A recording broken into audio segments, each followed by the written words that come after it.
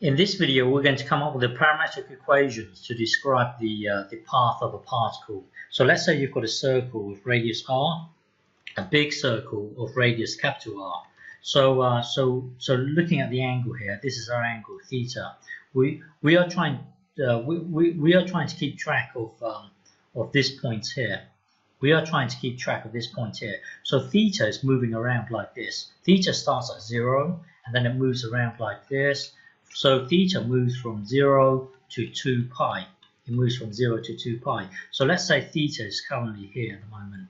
We would look at the intersection here. We would look at the intersection here. A straight line down, a straight line across. We are trying to keep track of this point. So let's say theta is currently here. We would look at the intersection, straight line down, straight line across. We are trying to keep track of this point here. Let's say theta is currently here.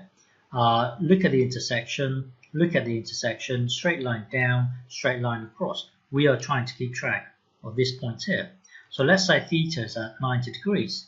We would look at the intersection, the straight line down, straight line across, but in this case across is 0, while the intersection would be right here. We are trying to keep track of this point here. And then let's say theta is currently here. So we would look at this point, straight line down, straight line across. We are trying to keep track of this point here. Basically, we're trying to come up with the parametric equations to describe this path here. Oops, hang on. We are trying to come up with the parametric equations to describe this path here. So it would do something like this. We are trying to come up with the parametric equations to describe this path here. It would do something along the line, along this line here. So let's start again here. So hang on. So let's say theta. Hang on. Let's say theta is currently here. So this is our theta here. We would look at the intersection here, straight line down, straight line across. We are trying to come up with the parametric equations to describe this point. So at the moment, what is this point here? Well, looking at it in the x direction, you would look at the big radius, capital R. In the x direction, it would be capital R cos theta.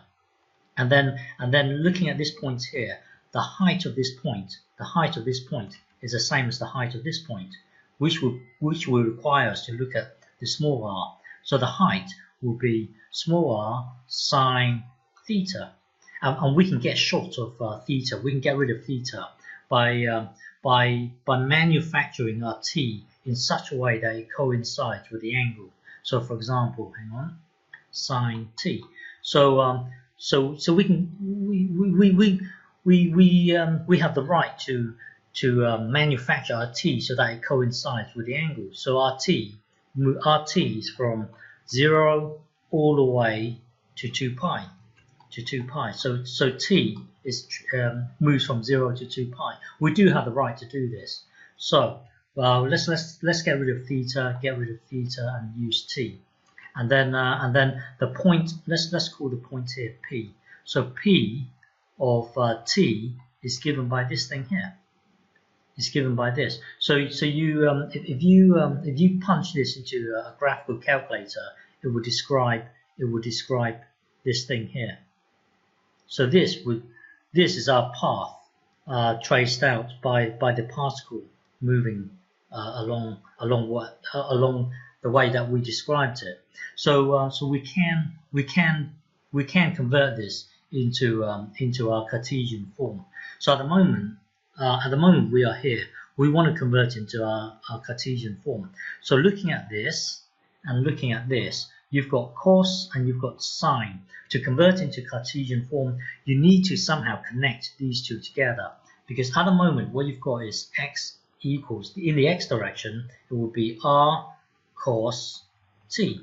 In the y direction it will be small r sine t. So you need something that would connect these two together. The thing that connects those two together is this thing here, sine squared t plus cos squared t equals 1. This thing here allows us to convert these into Cartesian form. So hang on. So looking at the x, it would be x over capital R equals cos t, and then looking at this, y over small r equals sine t. So if you square both sides,